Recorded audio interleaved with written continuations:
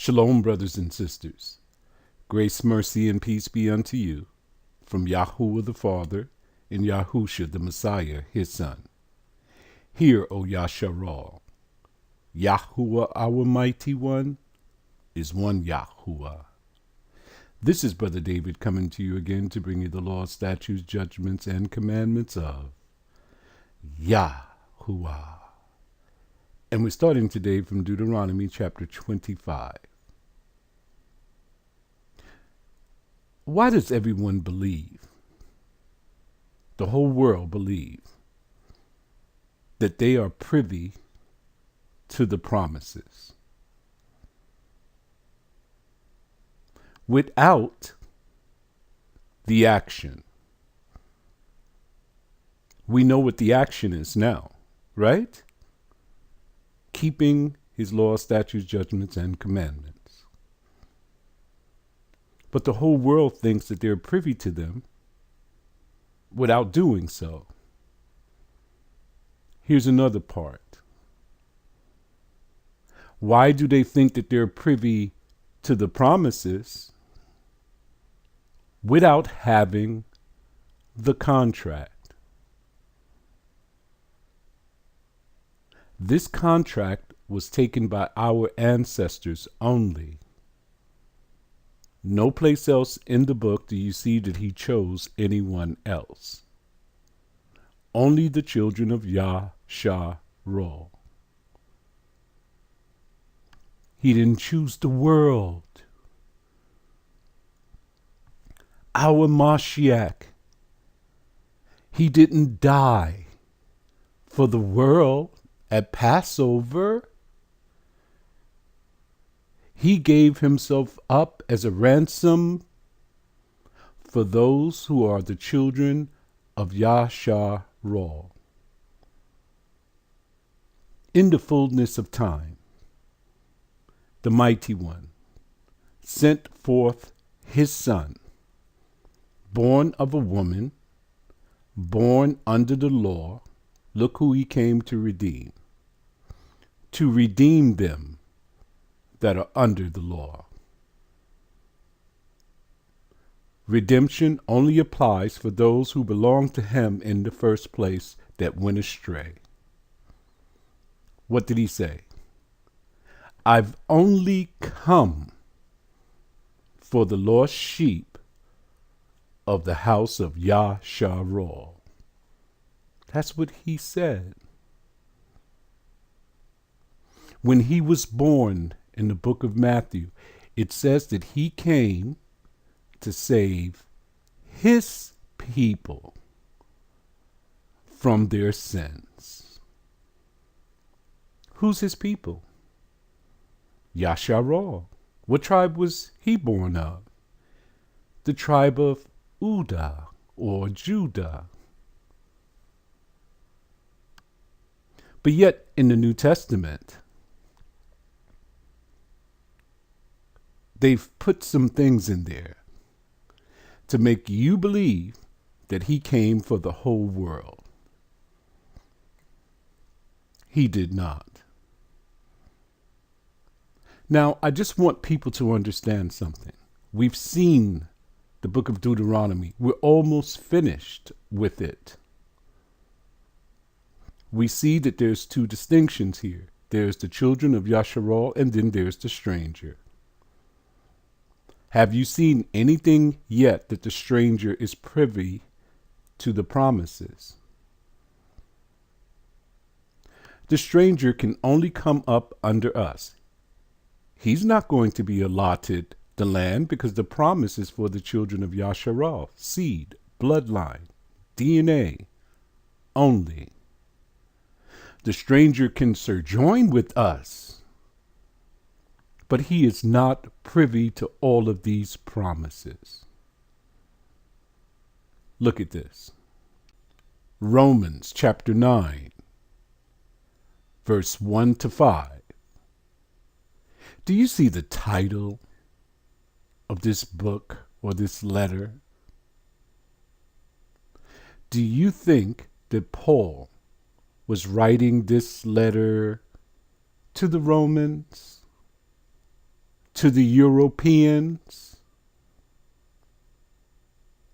If the people who had translated this were truthful and they weren't trying to deceive you, they would have wrote to the Israelites. That's the term we understand, right?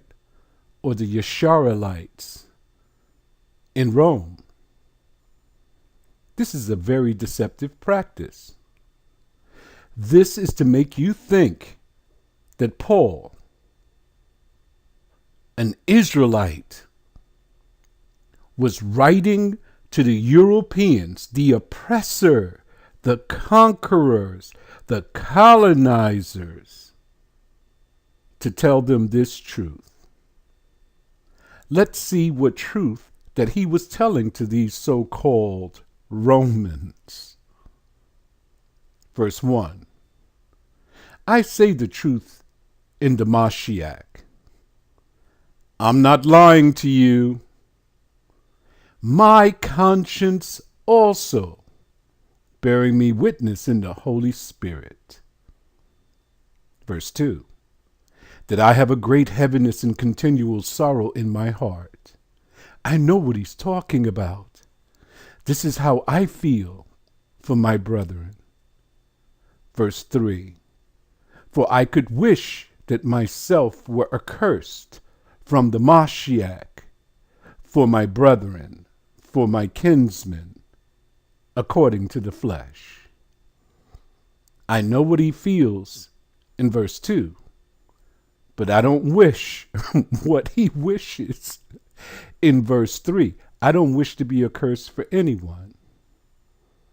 But look at who Paul is going to point out. Remember now, the Europeans want you to believe that he is writing to the Romans.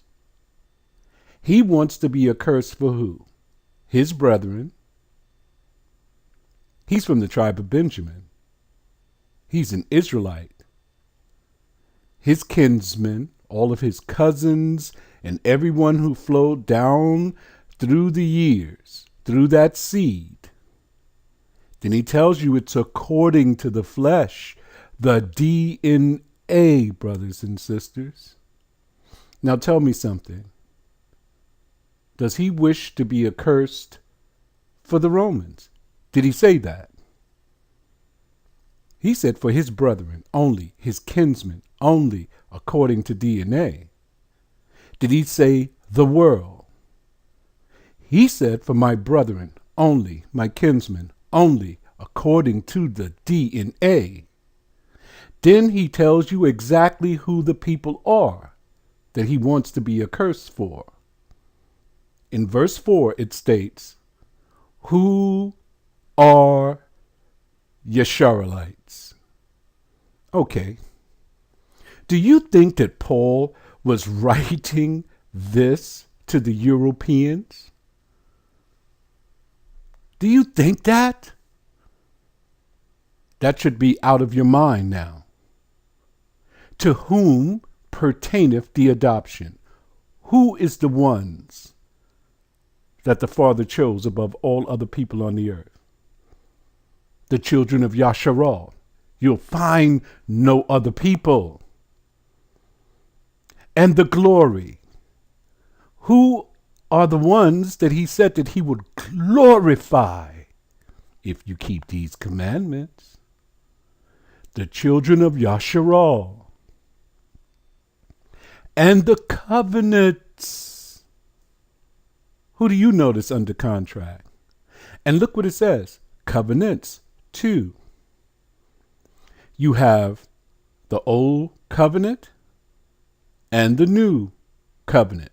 Both tells you that it's only for YAHUAH. Hebrews chapter 8 will tell you that the new covenant is for the children of YAHUAH. Hey, he said covenants. That's a legal term. We have the Old Testament and the New Testament. Remember, These are legal terms. If we are heirs to the kingdom, then you're under his will and testaments. You will only find the children of Yasharal under any of these covenants. You won't find anyone else. I'll tell you in a few minutes what they did to try to insert themselves. And the giving of the law, no one is going to dispute that, right? And the service of the mighty one, only the Levites. And the promises, all of the land that floweth with milk and honey. That goes to the children of Yasharal, brothers and sisters. No one else. Verse 5. Whose are the fathers? Paul is no joke. He's breaking this thing down. You think he's talking to the Romans? Who are the fathers that he's talking about? Abraham, Isaac, and Jacob. And of whom, as concerning the flesh, DNA, the Mashiach came.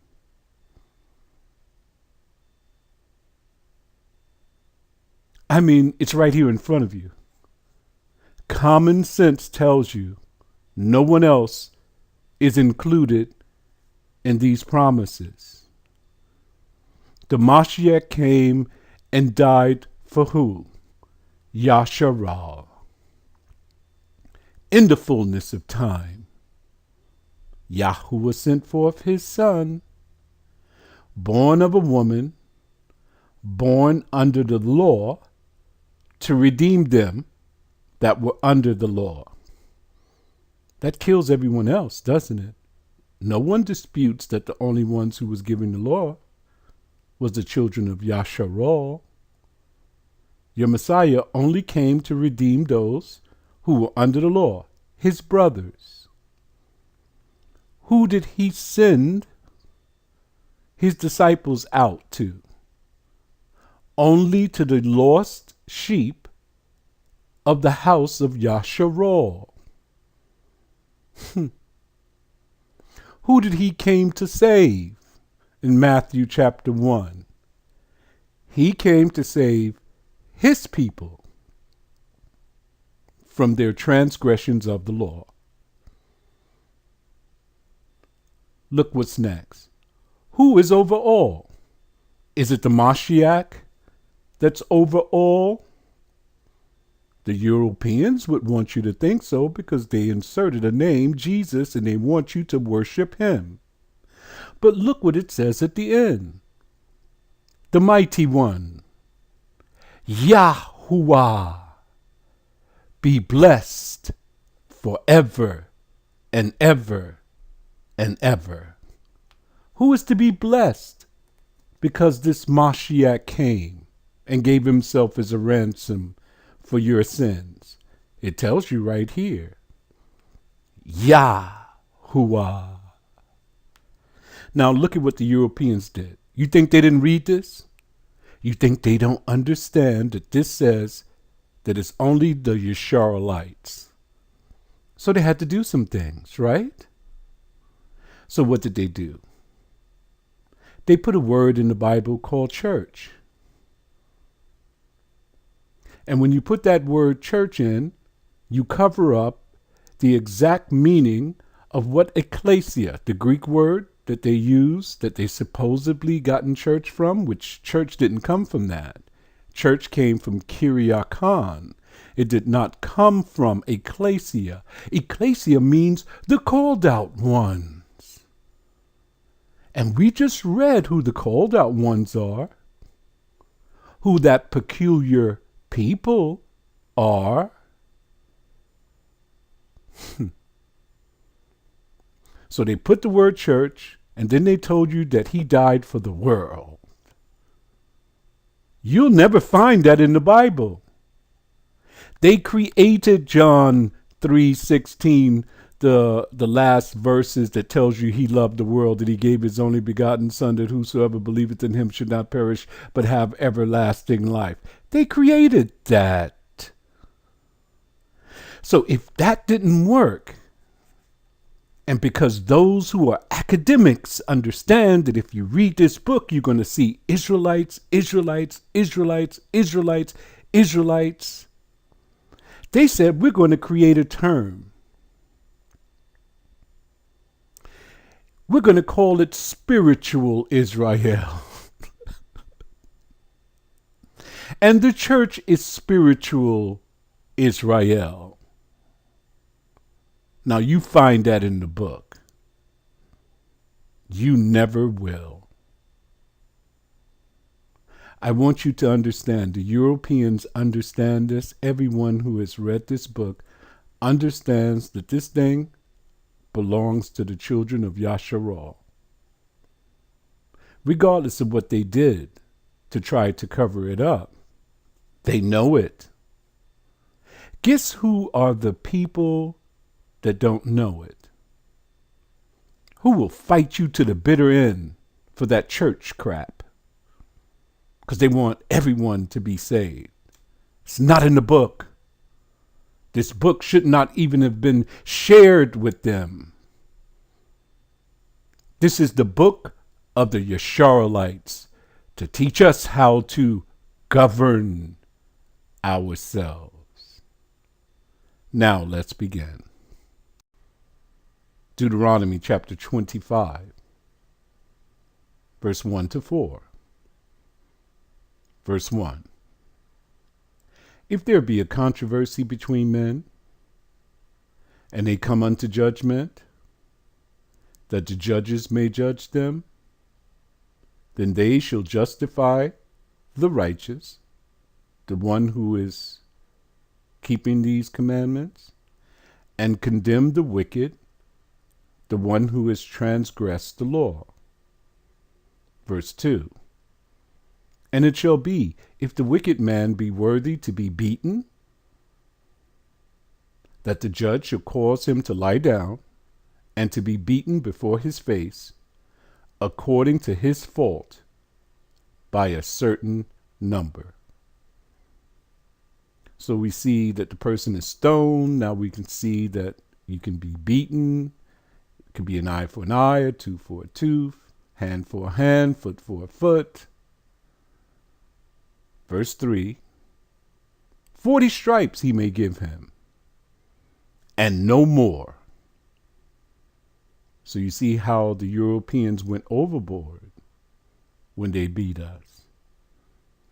Lest, if he should exceed and beat him above these with many stripes, then thy brother should seem vile unto thee. You know, the keloids that comes upon our body when we're beaten.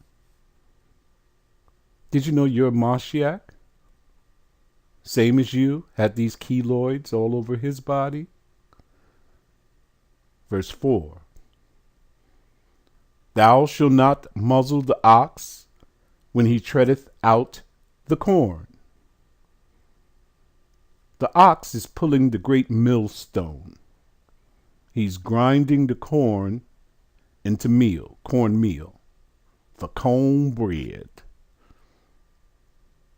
You are not supposed to put a muzzle on the ox to stop him from eating while he's treading out the corn.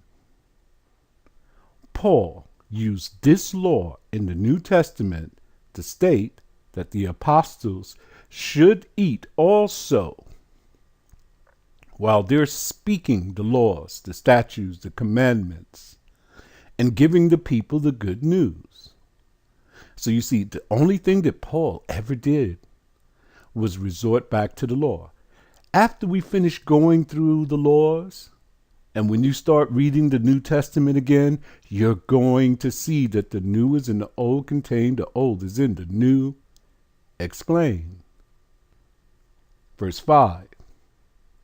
If brethren dwell together, that is the key, and one of them die, and have no child, The wife of the dead shall not marry without unto a stranger. She can't marry someone outside of the family.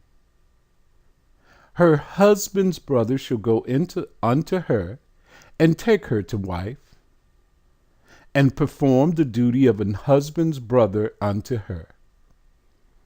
What duty is that? He has to cheer her up and bring forth an heir. This may seem archaic or some kind of ancient, crazy ritual to someone like us because we have no knowledge, but the same seed or bloodline that was in the brother that died is the same seed that's in the brother that's living. So when she brings forth an heir, it's still of the same bloodline, brothers and sisters. And you need a man to take control of the property, the things that the brother has. Verse 6. And it shall be that the firstborn, which he beareth, shall succeed in the name of his brother which is dead, not in the name of the brother that put the seed in her, but the one who died, that his name be not put out of Yasharal. You see, the Father covers all bases. Now let's look at the one who doesn't want to do this or follow instructions. You know, I guess they're from America, the Israelites later.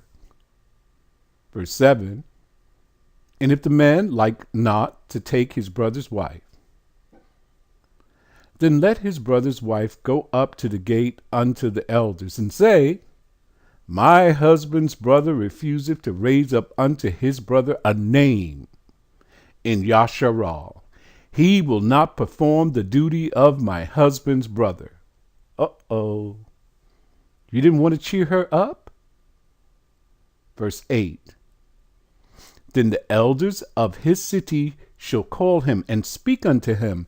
And if he stand to it, if he says, nope, I'm not going to do it, and say, I like not to take her. Verse 9, then shall his brother's wife come unto him in the presence of the elders. Look what she's going to do. Loose his shoe from off his foot and spit in his face, and shall answer and say, so shall it be done unto that man that will not build up his brother's house. What an insult. What a selfish brother. Verse 10, and his name shall be called in Yasharal, the house of him that hath his shoe loosed. He's going to go around with this label all his days, brothers and sisters. He's not going to be put to death. He's not going to be beaten, but he's going to have a name that shall be attached to him. This is a bad thing. Verse 11. Let's move on. When men strive together one with another, and the wife of the one draweth near for to deliver her husband out of the hand of him that smiteth him, and putteth forth her hand, and taketh him by the secrets. You know what this is all about, right? Two brothers are having a fight. The wife is there. One of the people is getting beat down. You know, the husband of the wife that's there. She jumps in. We know how this works. Our sisters are not going to stand by and watch their man get beat up. They're going to jump in and they're going to start throwing blows also. We know that. Not like the little European girls or the other little girls or whatever kind of girl you want to say the strange women will do. They'll stand on the side and start screaming, I'm going to call my uncle, the white man, the police. Oh, no, our sisters are not even thinking about a police. They say, I got the police right here in my fist. I'm going to deliver my husband out of the hand of him that smiteth him. This is okay for her to do so. If she picked up a stick and bust the other guy upside the head, it's not prohibited. If she jumps in and punches the other guy in the face, it's not prohibited. But what is prohibited? She cannot put forth her hand and take him by the secrets. You know, the privy member or the testicles. What'll happen to her if she does that? Verse 12 says, then thou shalt cut off her hand, and then your eye shall not pity her. What? She got her hand cut off for touching another man's privy part? Now, why do you think that is? Do you remember the eunuch? The ones who had, or the person who had his stones wounded at war, or his privy member cut off? He cannot come in the congregation before YAHUAH. The 3 feasts, he can't come before YAHUAH. That is an important thing, brothers and sisters, for the men to come and present themselves before YAHUAH, not the women. Only the men can come and present themselves before YAHUAH at the 3 feasts, and they cannot come empty-handed. Why do you think it's only the men and the women are not included? Because the men are the possession of YAHUAH. So if this woman puts forth her hand and touches the secret parts, she doesn't have to damage them. Just put your hands on them.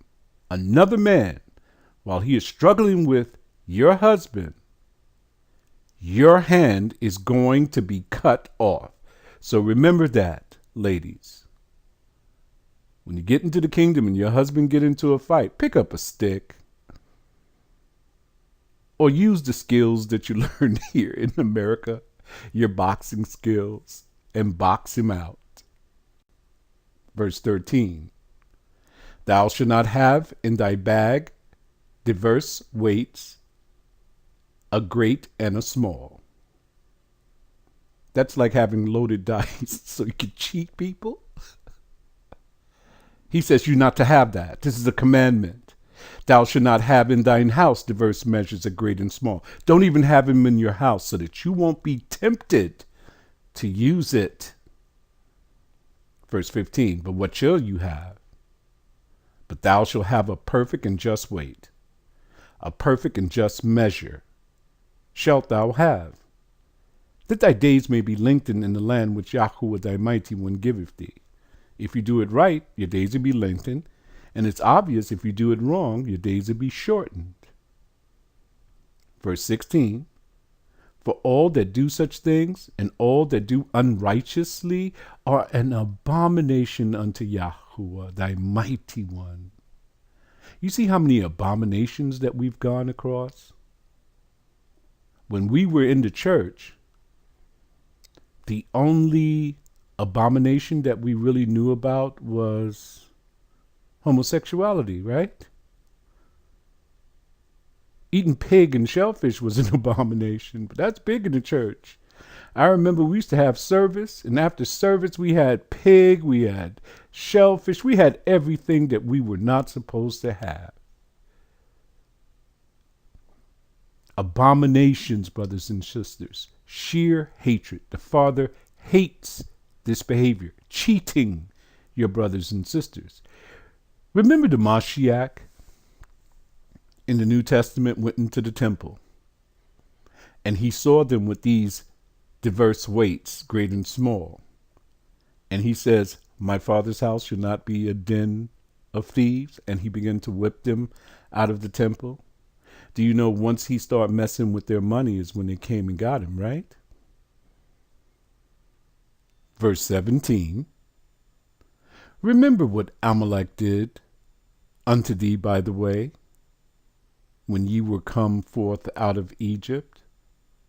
Well, anytime he says remember, the children of Yasharal always forget. What did they do? Verse 18, how he met thee by the way, and smote the hindmost of thee, even all that were feeble behind thee, when thou wast faint and weary, and he feared not the mighty one. They didn't meet us with bread and water. They met us with a sword. They killed the weak, the lame, the blind, the women, the children. He had no fear of our mighty one whatsoever. What is his penalty? Verse 19, therefore it shall be, when YAHUAH thy mighty one have given thee rest from all thine enemies round about, in the land which YAHUAH thy mighty one giveth thee for an inheritance to possess it. Can we stop for a second again? If I have an estate and I pass away and I've left a will, and the will states that only my children are going to get the money, can you bypass that will and say we're going to give it to the world? In the Father's will, he has given this land only to the children of Yasharal. I want you to remember these things. It's right here in front of us. It comes over and over again. That thou shalt blot out the remembrance of Amalek from under heaven. Thou shalt not forget it. Saul didn't do it. He let Amalek get away. They went into the king of Persia, and they grew there. Amalek is probably still there today. When our Mashiach comes, he's not going to forget. He's going to blot out the remembrance of Amalek from under heaven. He will not fail where we have failed. Continue to chapter 26. Shalom.